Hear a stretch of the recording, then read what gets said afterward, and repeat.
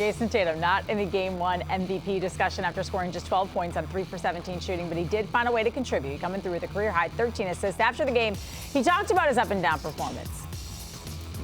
We're in the championship. We're in the finals. All I was worried about was trying to get a win, and we did. And that's all that matters at this point. So, I don't expect to shoot that bad again, but if it means we keep winning, I'll take it. So last night, guys, the one word I used to describe, and Eddie House is joining us now, Jayson Tatum's performance was horse poo-poo. We'll clean it up for TV. But like Kyle, as you have time to really marinate on things and think about it, his shooting was terrible. And I expect more from someone of Jayson Tatum's caliber to shoot better in the NBA Finals. But I did like, Eddie, that he never got out of his game, right? He did have 13 assists. He didn't hurt the team. He wasn't able to help the team scoring-wise, but he didn't hurt them with the way that he played either. And that, to me, was actually pretty impressive.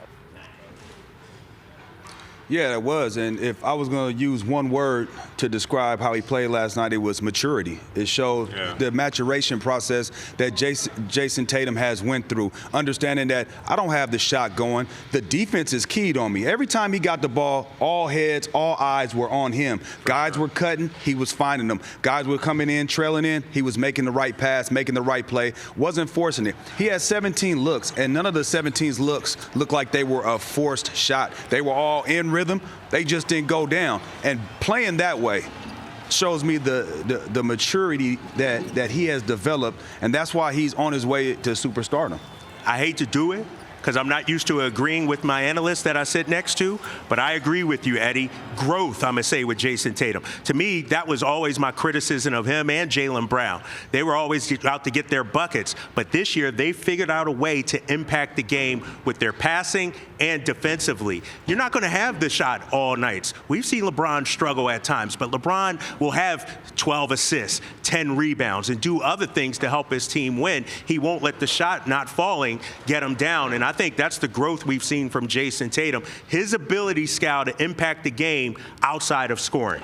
So my word was maturity, but I'll just switch it to professional. Now, when you're a professional the way that Tatum was, he came out there and figured out a way to win the game, how to impact the game. The only thing I thought Tatum did wrong was that suit that he was wearing at the end of the day. That was Moore's day in the time. He looked like that ain't mature, that ain't growth, and that ain't professional. Let me ask you guys this, though. Can the Celtics win Banner 18 with Jayson Tatum being more of a facilitator than a scorer? Like, it was fine last night, but I don't think they can win a title unless he finds a way to score some points. But, Trenni, you got to look at it like this. The Warriors made him do that. He had a few open looks, but the Warriors were keyed in on him. We are not letting Jayson Tatum beat us, probably the same way they treated Luka. And that the reason why Luka got all those assists in the game. So, yeah, I don't think the Warriors are going to continue to guard Tatum like that.